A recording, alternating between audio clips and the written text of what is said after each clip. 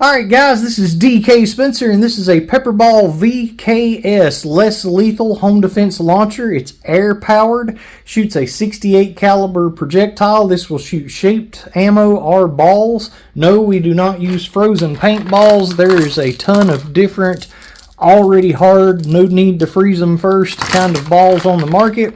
These are less lethal jewels from AR Tactical. Bunch of different brands out there, a lot of different good stuff. We actually make a shape projectile called a BK Kinetic, and we're going to shoot some of those in this and hit some 18 gauge steel with it and see what it does. And spoiler alert there. But then, more importantly, I'm going to talk to you guys about how to properly maintain one of these, some do's and don'ts about usage, how it works, and we're actually going to disassemble it, and I'll show you how to get on the inside of it. So here we go. Alright, we got a nice VKS shorty here called BlackList.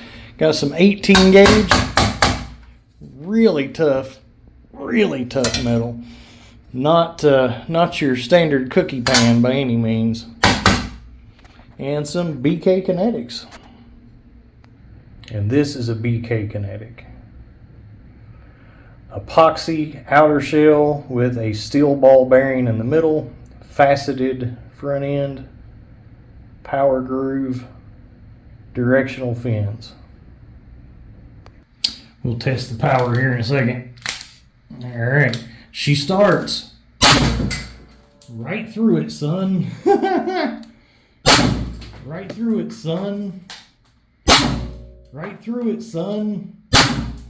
That one did not, but it cracked it very nicely. I hit up at the top on that one, but anyway. All right.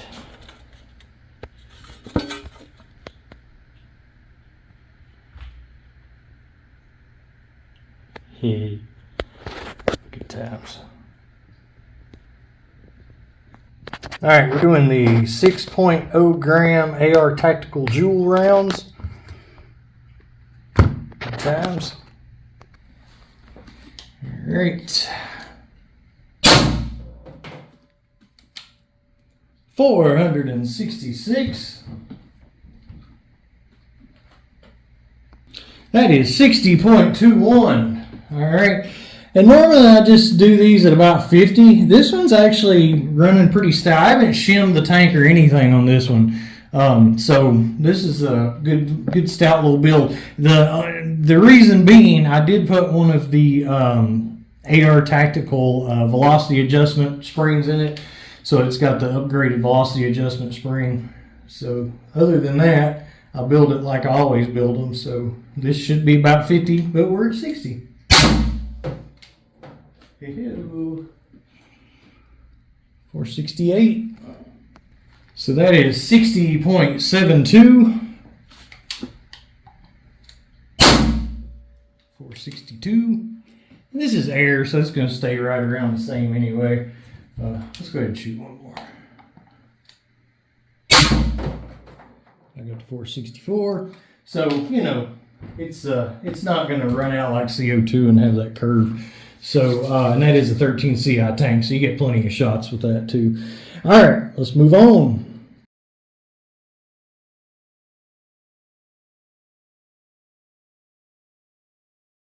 All right, let's go back to the 22 foot mark. Our feet.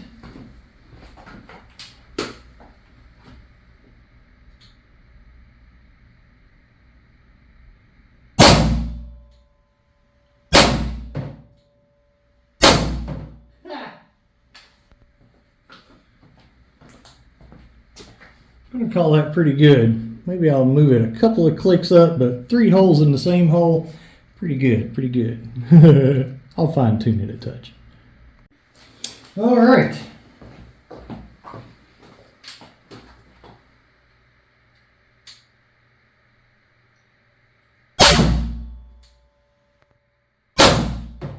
That's where I want it. Good times. Alright, so first of all, whenever you get a hold of one of these originally, they're going to be a lot bigger than this. They're actually gonna have this handguard on them if you get a pro, so you can see how big it's gonna be. It's gonna have a really cheap grip, and it's gonna have a really long magazine. DK, that's me. All right, so when it comes, your tank is not going to be inserted into it, or it's going to be inserted into it, but it's not going to have any air in it. So you're going to be tempted to screw the tank all the way in. Don't do that. Go ahead and fill your tank first before you ever put it into the launcher. And another thing you're going to want to do before you ever put that tank in is you're going to want to lubricate it. So if you can see, let me get here. Well, hold on. Let me grab a little tactical light here.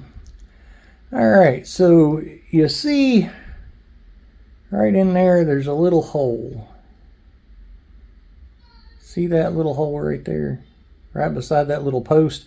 All right, so that's your target for oil. Okay, so I typically use the Captain O-Ring Marker Lube. You can get this on Amazon. I think it's like $9 a bottle. So what you're going to want to do before you ever hook the tank up to it, and quite often, like every couple of tank fills, you're going to want to disconnect your tank, and you're going to put you a couple, let's say 4. You're going to put you 4 drops, and you're going to try to target it into that little hole that's there. It won't all go down that little hole, but anyway, you get an A for effort. All right, then you're going to screw in your tank. Now, here is the kicker. You are not going to try to screw this tank all the way in to this ASA. You are merely going to turn it. See how easy it turns? You're going to turn it until all of a sudden, right there, it's going to just get really hard to turn. And what is happening at that point is your post that was beside the little post in here that was beside that little hole is engaging your valve on your tank. I'll show you. So here's a tank. See that little thing in the middle? Well, when you push that little thing down in the middle, it releases your pressure, right? So whenever you screw it in enough for that to get depressed, then what happens is you all of a sudden have 850 psi of pressure in this area here. So it becomes extremely hard to turn. You can see it's kind of hard to turn there. Once it reaches that point, all you do, now you've kind of got to watch here. Watch me just knock the camera everywhere. You kind of got to watch here because you're going to have this guide rod, and the goal is to turn it a little bit past when it locks in like that, but not to turn it to where either your gauge or your nipple here is in the way of your guide rod. So go ahead and put your guide rod up and just turn it a little bit. I say like 1/8 to 1/4 of a turn. Just something like that. Something to where you've got to turn it past when it freezes up and gets hard to turn. Just a little bit. And that's all. Just a little bit. Just so that it can't magically back out under the pressure of firing it. Alright, so once that happens, you're just going to take this. Now, if I didn't show you guys how to take that off to start with, I'm going to show you how to put it back on. So your guide rod should have your groove like that. You can see that groove. If you get confused, it should set flat against your tank. All right, like that. So the groove should be down here where your buttstock is going to go into. So you've got a groove right there. You're going to put that in your guide rod and slide it on until it stops. Then you're going to grasp this piece right here, and you're going to pull it straight downward, and that will let you slide it past the end of the rod. Once it's past the end of the rod, you can let it go, and all you got to do is push it like that to move it. And we slid right off the end. Normally it doesn't do that, but latches, move it. You can adjust it wherever. When you want to take it off again, pull it all the way down and just pull it off the end. So it's really quick and easy to remove and do that. All right. So now, once this is engaged here into your ASA, you still have to activate it by pushing your ASA on off into the on position, which is forward. So on an AR-15, you would pull this back and let it go to charge it. They make this in the same place as a charging handle, same look as a charging handle, but in order to use it, you've got to depress this little, see it's got this little safety catch here. You're going to squeeze that and just push it forward. And you hear it click. Now it's ready to shoot. Now you've still got a safety here, but you're engaged. Your air is engaged. Whenever you get done shooting it, you pull that back and it bleeds all the air out of it. Now, here is number one important thing they don't tell you in the manual. All right. Technically, you can leave it engaged like this indefinitely and just activate this whenever you need to use it. That's technically. Now, from somebody who has had dozens and dozens of these things and messed with them for years and years now, I'm going to tell you, if you leave this tank indefinitely and screwed into this ASA, eventually this is going to get harder and harder to activate. So, if you've got it at your bedside or whatever and you want to leave it like that, it's perfectly fine. Just know that if you leave it like that for a year, it's definitely going to get harder because you've got air going into your O-rings in here and they're pushing against them, and eventually it will get harder. Now, some of them will do it faster than others. This one's really silky smooth, as you can see. Sometimes you'll find them that's been, engaged for a long period of time, and you've got to put forth quite a bit more effort than that. Does it still work? Yes. It's just not as buttery smooth as it is when it's brand new. The way to remedy that is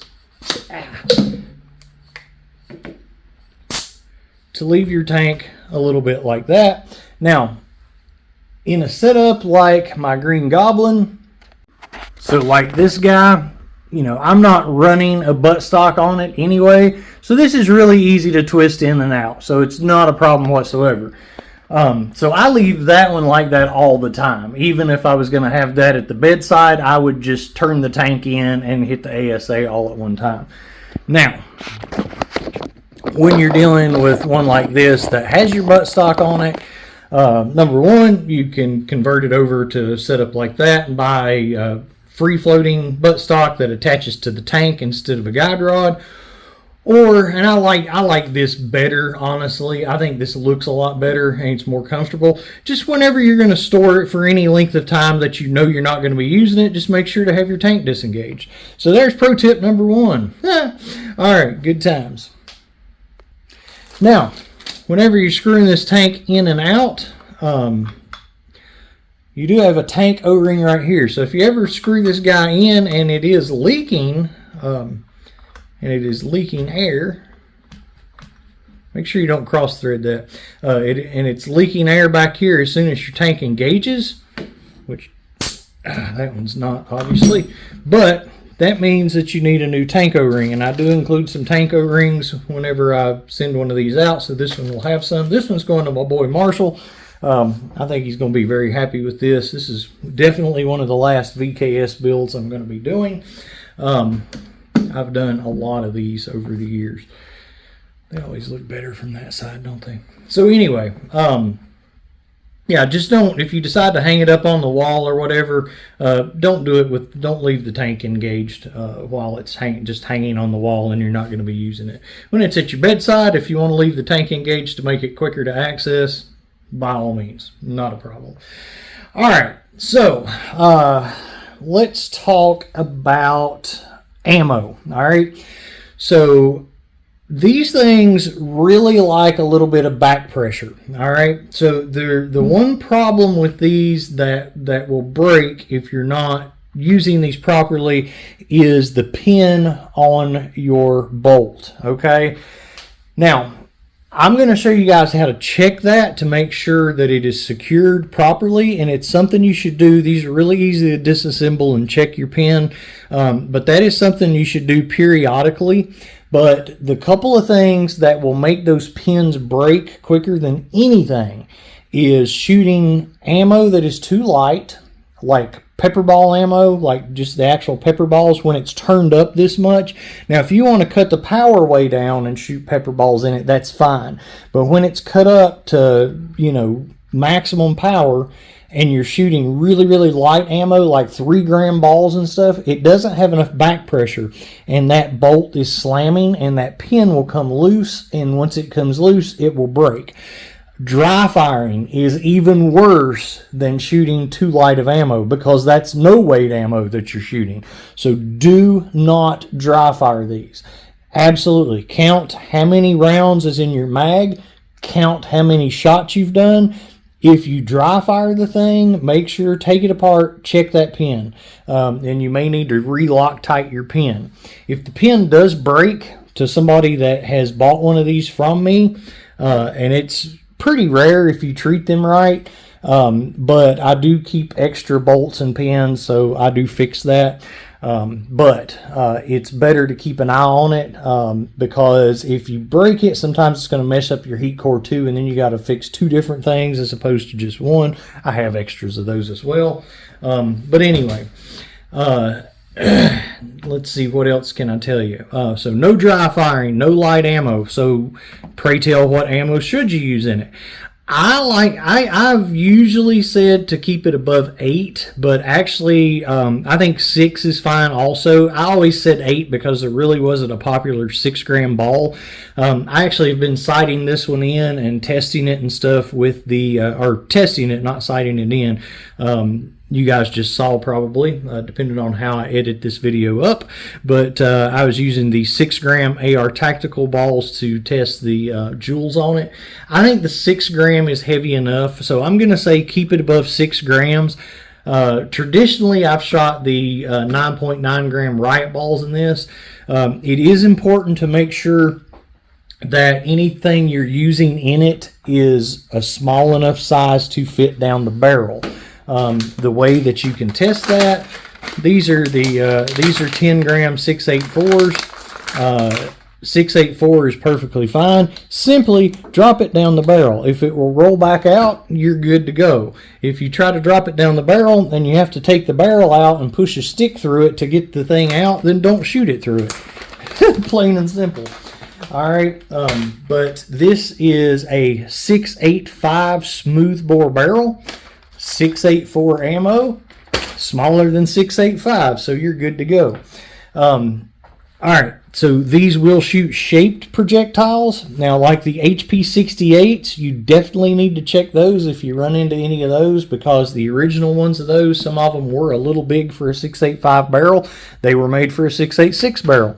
I found some that would fit, some that won't, so that's something you need to check every single one of them before you shoot through this barrel. Again, like your VXR pepper rounds, your shaped projectiles that are pepper, they're very, very light. Make sure you're cutting your velocity adjustment down if you're going to use that. This is your velocity adjustment. It comes with an Allen key that you just turn that with. All the way clockwise is full power, and you can back it off. It helps to have a chronograph to see exactly, you know, where you're at power wise. For any noobs out there, I say this all the time, and I know my regular people and all the less lethal people that know this stuff is tired of hearing it. Feet per second means nothing if you don't know the weight. There's a lot of joule calculators out there. There's one on the Grimberg website. I use the JK Army one. AR Tactical has one on their website now, but you can easily find a calculator that converts feet per second and grams to joules of energy. So this one we're running at 60 joules. Your feet per second is going to be a whole lot faster if we were shooting a 3-gram ball than a 6-gram ball. Don't shoot a 3-gram ball in this, it's too light. But anyway, you get what I'm saying. So if you are adjusting your velocity, do that conversion to where you can tell how many joules you're using, and go ahead, if you're shooting pepper ammo, cut it down to like 20 or so. That's all you need with standard pepper ammo. Now, let's say something else about this. If you're going to use like the Grimberg Kinetics rounds or the Grimberg fireballs that are designed to shoot at higher velocities, then that's okay to run this at full power. Those weigh 6 grams, so they're still going to be safe to using this turned all the way up, and they'll handle it whatever. So you don't have to adjust it for those. If you're going to shoot pepper rounds in one, I would say just get some of those. I like the Kinetics, honestly. They're really cool, the blue and white ones. That's like the one thing that really put Ballistic Joel out of commission quick. Fireballs did a number on him too, but we shot him with quite a few more of those at the time. But anyway, love those Grimberg Kinetics. They're really, really awesome. Heck of a combination in something like this, because you're getting kinetic impact, you're getting 2 different chemical irritants. It's the right weight, and that's another reason I like the 6 gram AR tactical rounds, because you can mix and match with the Grimberg Kinetics or the Grimberg Fireballs, and you're shooting at the same velocity. You got the same weight, same velocity, so your shot placement's going to be the same. So just some food for thought there. This is going to be a lot of talking, I guess. We'll get to the nitty gritty. All right, so this one has this barrel is a 685 smooth bore power barrel. So this is a barrel that was made by Lapco for me and Charles Woods. We designed it. Merciless Lethal's Charles Woods. So we designed it. Lapco produced it for a while. They're kind of hard to come by now. If you are using that or the factory barrel in one of these, they use metal detents. However, John Wixon makes metal replacement detents, and his site, I'll try to put a link in the description. That is what I use. They work with shaped ammo, it's about the same, but with ball ammo, the Wixon detents work ridiculously better. Now, you do need to actually do something if you are using those, and I'm going to show you. So it makes an extra step to taking this barrel off, but they're well worth it. All right, hold on. I just paused it so you didn't really have to hold on. So through the magic of television. So anyway, this is your hopper door. So these, you can actually hook a hopper up to them if you want to. I've done that in a couple of videos just for fun. So you can have like a 50, 100, 200 round hopper or whatever. So it looks like a, paintball gun. Whatever. So I have this little piece. These have been traditionally available on eBay. I haven't bought them in forever, but what this piece was originally designed for was for the Grimberg barrels, because the Grimberg barrels was using little rubber detents instead of the metal ones as well. And they would pop out because there's an open cavity behind this hopper door. So there's your barrel. You can see that green thing. That's a Wixon detent. So the Grimberg detents would pop out. So you would put this guy in to hold them in place. The door holds that thing in place, and it just holds it against the side of the barrel. If you're using the Wixon detents that replace the metal detents in the factory barrel or the power barrel, exact same deal. So make sure you take this door off and take that out before you go to take your barrel out. You also have to have your magazine out before you take your barrel out. Once you've done all that, in order to take the barrel out, all you do is push in and turn counterclockwise, like an eighth of a turn, if that, and pull your barrel out. Okay, so there you can see your detents. That's the direction they go, so they catch the ball like that before it goes down. Cerakoted graphite black by yours truly. So I like the neon colors Wixon uses too. As you can see, this is a smooth bore barrel, nice and shiny.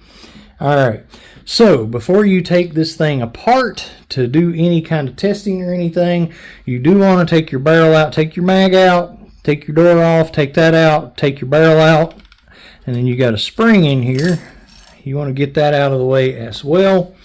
All right, now let's see what else I can tell you. I will say something real quick. If you're shooting shaped projectiles like the BK Kinetics in this, you do not want to use the factory 15 round mags. Those mags are really long and the springs are too dinky to really hold them, and they'll flip in the magazine. So what I do is take a 10 round magazine, which these are extremely hard to come by too. They've been out of production for a couple of years now. But I take a 10 round magazine and I put in a red spring from an FSC. So it's a little stiffer spring. You see the red paint on it. All right, and then I put in a Wixon follower. All right, so a Wixon follower is a flat piece that goes in here. I'll show you regular one. All right, here's a regular one. You can see they're kind of rounded. So mostly it just keeps the last round from flipping, but they perform a lot better with shaped projectiles. To put this follower in there, I basically will not run shaped projectiles unless I do that. The way you put these in, if you order some, and you can get these from obviously the same place you get the Wixon detents, but you stick your little something in there. I've done videos on this specifically, but just to kind of sum it up in a nutshell, you pop this little cap off the back here, you take the factory one out, you put the Wixon one back in, you scuff it, you put super glue around it, put it back together, clamp it, let it set, and you're good to go. So you're just replacing this little centerpiece that pops up here, but it makes a big difference. So anyway, as far as your magazine goes, that's pretty much it for shaped projectiles. And with the Wixon detents, you can run the shaped projectiles or balls with this heavier spring. They're not going to come out. If you're using the heavier spring and the metal detents, you're probably going to get double feeds in one of them with balls. Still be fine with shape, but the balls will double feed. So bear that in mind. If you don't have the Wixon detents, just stick with the factory spring and whatever. All right, so see what else I can tell you here. I think I did tell you this, but I want to make sure to reiterate this. Let's say 2 tank fills, go ahead and put like 4 drops of oil into that hole. So go ahead and take your tank off, put the oil, put the tank back on. That's very important to keep this thing lubricated. If you're not lubricating, the ways that you blow your O-rings in these is, number 1, running it dry of lubrication. You want to keep it wet in there, keep it good and lubricated. Number 2, shooting ammo that is too big for the barrel, so it it won't fit through the barrel, so everything blows back and pops your O-ring out. All right, so once you have taken your barrel and your spring out, got oil all over this thing now. Once you've taken your barrel and your spring out, you need an armorer's wrench. At least this part. Now they make this is a full AR-15 armorer's wrench, but you can buy just the part that has your castle nut wrench on it. That's the only part you really need for this. So if you want to save some money and do that, but this is your castle nut. You're going to put that little guy in your castle nut and turn it. Unscrew your castle nut. Take this guy off. Alright. Then you're going to get you, I like to use an Allen key and just stick it. See what I'm doing? Sticking it in those 2 grooves there. And we're going to unscrew that. Get it started anyway. You can usually do it by hand once you get it started. So we're going to unscrew that. Now once that gets back there to the back, all right, it's all the way unscrewed. Don't pull it out yet. You can go ahead and pick up your ASA. You may have to depress your little safety latch to do it, but this is your ASA activator or whatever. That's your actual ASA, but this is your switch, lever, gear, whatever. I don't know what you call it. But anyway, pull that guy out, set that aside. All right, so you've got pins here. Go ahead and you can just push those through a little bit to where you can grab them from the other side. It was a little stiff, but anyway, just pull both of those out. Once you pull both of those out, that's going to let you just separate your lower from your upper. All right, now you're going to, you've got trigger linkage here. You're going to pull this back just a little bit to relieve the tension. Slide that off to the side. Basically get that unhooked from your trigger. Now, if it's a brand new one, it is going to have a little O-ring on there to kind of help hold it on. Just pop that thing off. I never put those O-rings back. I think they're completely useless because if the thing is in your frame, it can't come off anyway. So whatever. All right, so then you're going to pull your trigger back out of the way like that. And you're going to take that guy out. We're going to get the armorer's wrench out of the way before we scuff something up. And then we're going to, there's been a nice build messed up with an armorer's wrench.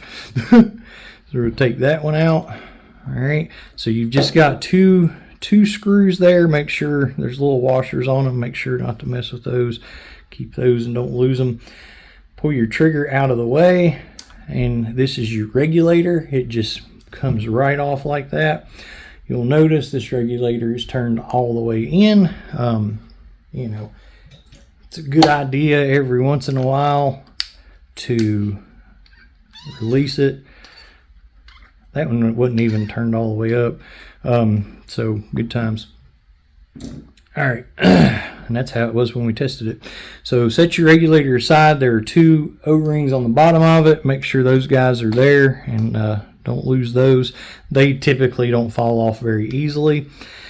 All right, then, and you could have done this before. This part doesn't matter, but pull this out. So that's your ASA. You're getting that out of the way. Now, your bolt. This is your bolt and your heat core that's in there. You're going to reach in here and you're going to push that toward the back. And sometimes it's going to be a little harder depending on how thick your fingers are and stuff. So if you get it about there like that one, and you can't really get it any farther like what I've just done, you're going to have to push it with something. Do not do it with something metal. Let's see if I can fit this in there yet. All right, so you can take you a stick, a dowel rod, preferably one thicker than this, and go in from the front like that and push. There we go. And that'll push it on out. All right, so this is your heat core. This is your bolt on the front. All right, so that is the infamous mil-sig heat core O-ring right there. So you do have 2 O-rings on the outside of this as well. But when I'm saying blow your O-ring, that's typically the one I'm talking about, that guy right in there. All right, that is your pin that you can see down in there. See that guy? All right. So this one I have Loctited and stuff to make it more secure. Again, I do keep extras of these in case anybody I've sold one of these to. If you ever break a pin or whatever, I always fix those. Had very few break, but I really try to drill into people how to maintain them, which is what we're talking about right now. So what you want to do, periodically take this thing apart, especially if you have any dry firing instances or anything like that. And you're going to take a flathead screwdriver. Now, a lot of times when I replace one of these, I'll replace it with one of the Home Defense 24 pins, and it actually has an Allen key head instead of a flathead. But this one, I've still got the factory pin in it.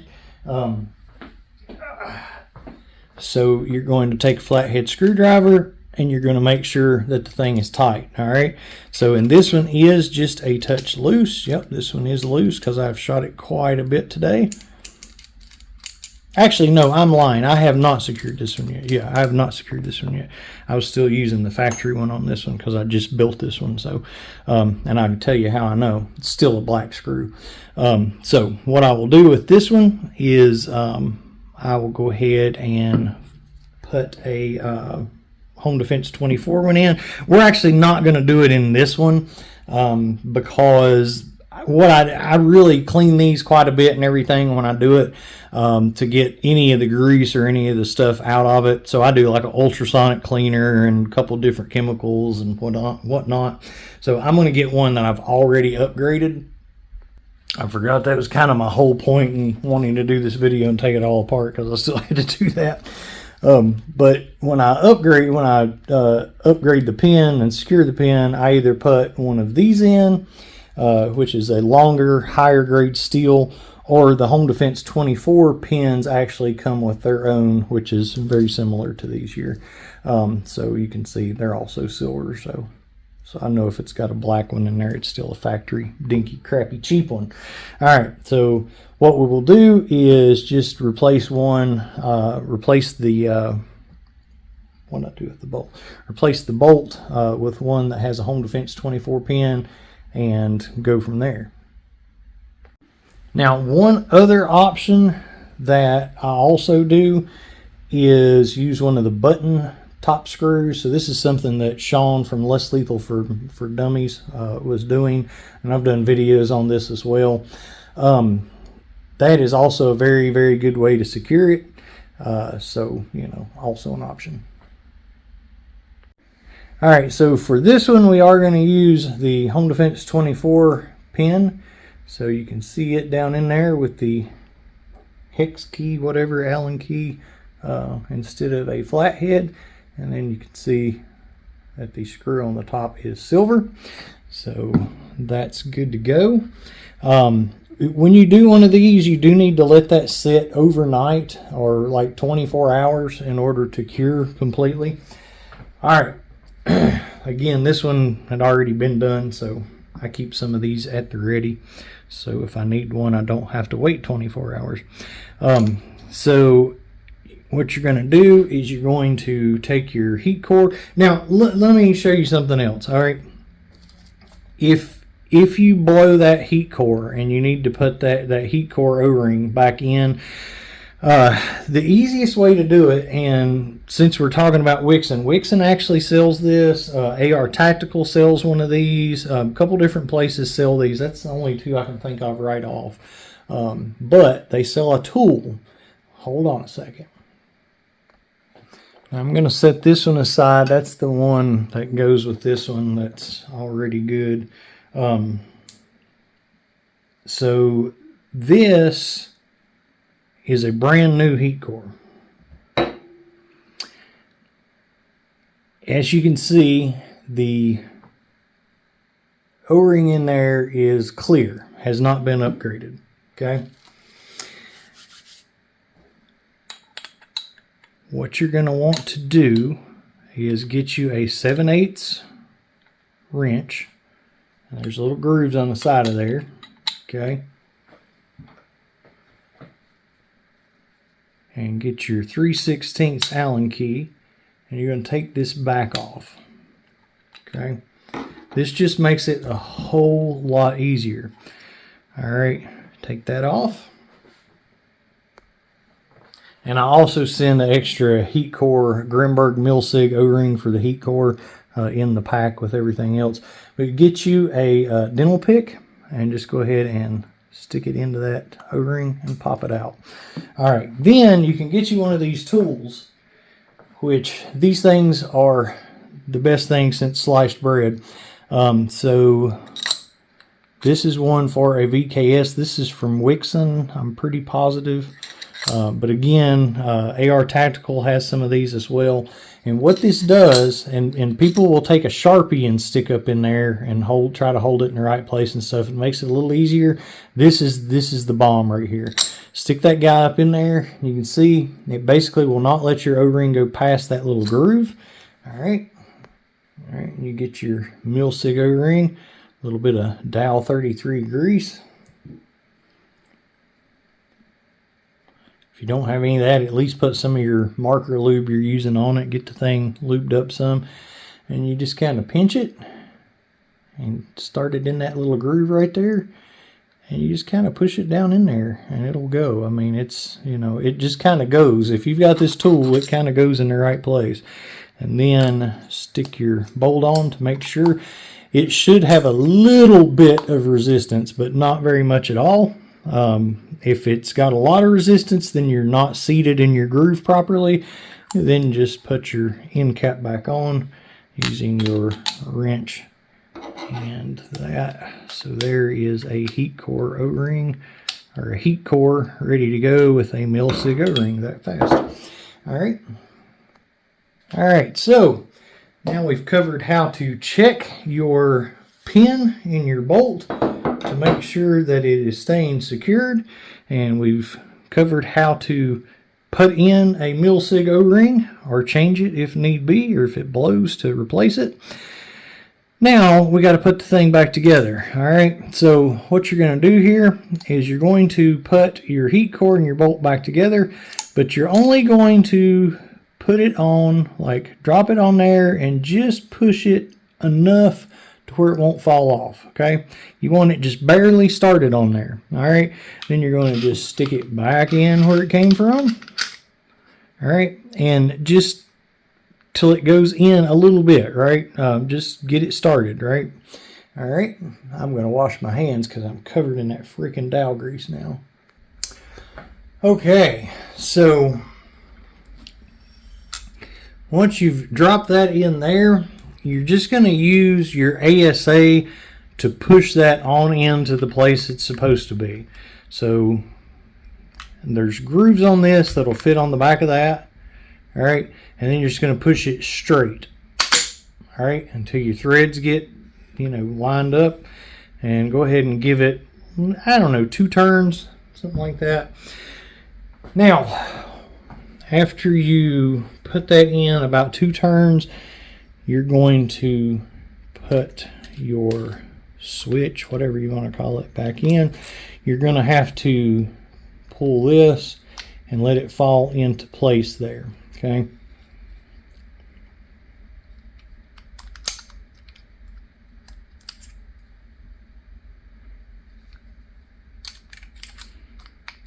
Okay. You're going to turn this, and if you're turning this and you ever get to a point to where it's not going anymore, it starts getting hard to turn, you may have to release this again. All right, sometimes it'll jam up and you got to pull that again to release it. So just go ahead and thread that all the way in. Okay, until it stops.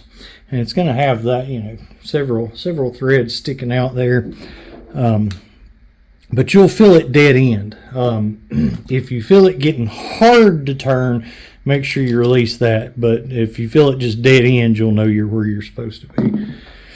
All right, snug that guy down a little bit. Okay. Now, this is very important.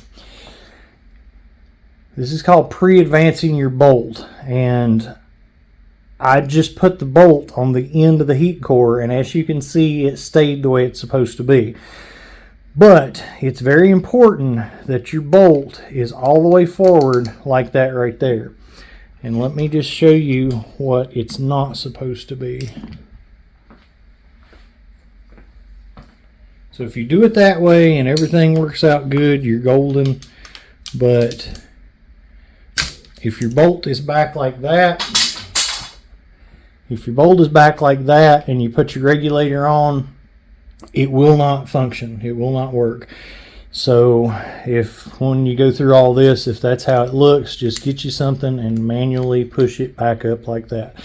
So it needs to be all the way forward and seeing it in that hole right there. Check your O-rings again on the bottom of your regulator. Make sure they're still there. Set your regulator back on. Okay. Get that guy out of the way.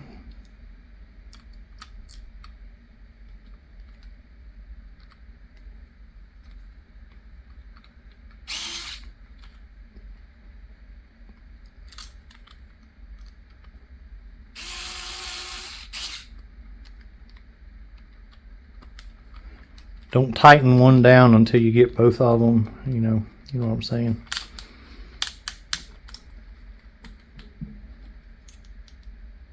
And reattach your trigger linkage. Okay. Now, you can go ahead and put your lower back on. Your pins, it does not matter which side they go through. Just make sure your holes are lined up and pop those right through like that. Now, you want to go ahead and put your sling loop and your guide rod back over your ASA, and then put your castle nut back on.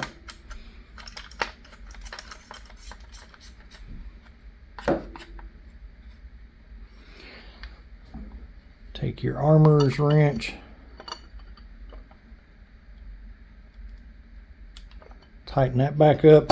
Now let me say something to you. If you're using an old school VKS that has your delta ring assembly on the front of it, one that uses a drop-in handguard instead of a free float handguard, or even this, just make sure whenever you're tightening anything, hold your body, don't hold your handguard. But it's more important on the older ones with the drop-in handguards with the delta ring. Do y'all know what I'm talking about? The ones that have this piece where you've got this round piece right at the front like that, and you've got your handguard right here, and that's at the end. Oh, I could have, this would have been easier. Hold on. I forgot I've got more than one of these things.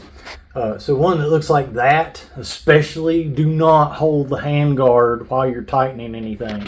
Because, and I'll show you why. Well, maybe I'll show you why. Yeah. So see that tiny little tab there? That's the only thing that keeps this thing straight. So yeah, very, very easily to twist that thing and then screw up the alignment of your handguard. So doesn't work that way on an AR-15 because your barrel nut has a lot of torque. So anyway, boy, this thing's looking nasty. I'll clean it up obviously, but got oil and grease all over it now. All right, so once you've got all that stuff together, let me wipe this off. That was really bugging me. I'm a little OCD about some things. That would be one of them. Cars and guns need to be clean. So, all right, so we're going to put our spring back down in there. Let's get off my finger. We're going to put our barrel back down in. I'm going to have to wipe the barrel off too.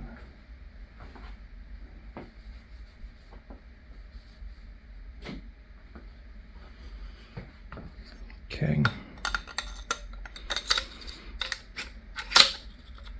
Now, what happens is when I insert that like that, where that bolt is advanced like that, when I put the spring and the barrel in, that cocks it basically. When it goes past your when that goes past your regulator, that actually cocks it. So very important. Okay, so now we are going to. So we've got. You want to look up in there, make sure your hole is in the right place, because you can actually turn this barrel two different ways. Because if you're using a hopper, your hole is going to be right here because your hopper is going to come into this. So you want your hole that your ammo goes in to be visible through there. So you should see the side of your detents right here. So pretty important thing to remember there. All right, so we're going to put our little holder back in there.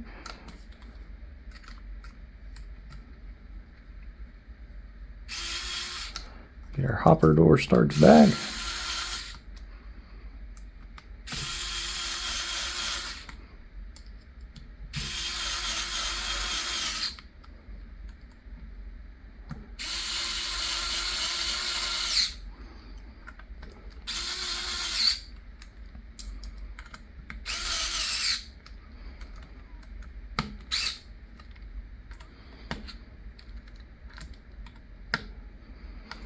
Okay. Now, I'm going to do it off camera. It's just because I've got the camera so close to the thing. But anyway, I'm going to put a couple more drops of oil in that hole.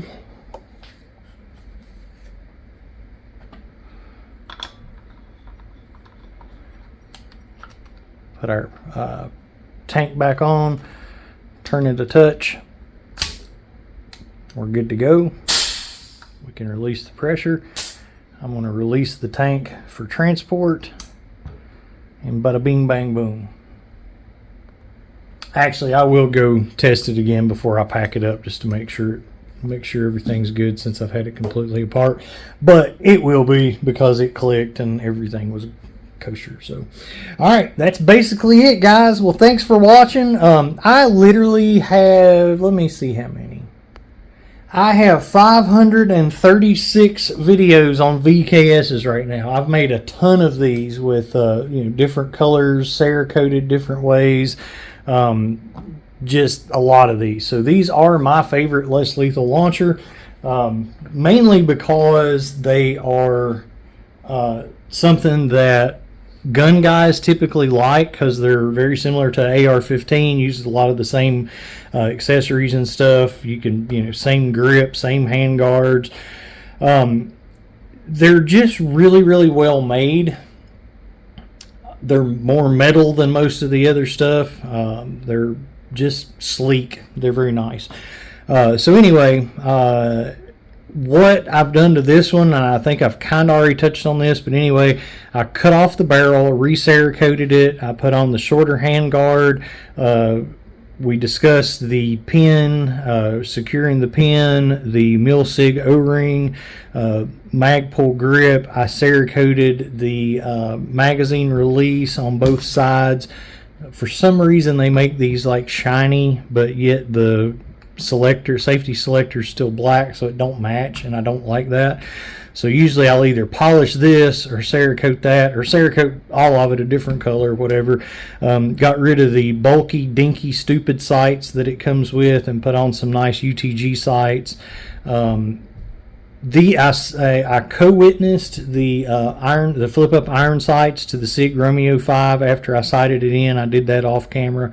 Yeah, so if the battery was to be dead on this, you could still flip up your sights and use it. And again, it is co-witnessed, so it's sighted in.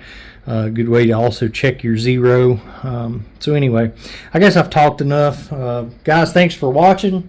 Check out my other videos. There's over 2,000 of them on less lethal air guns and black powder, mostly less lethal. So, all right, bye.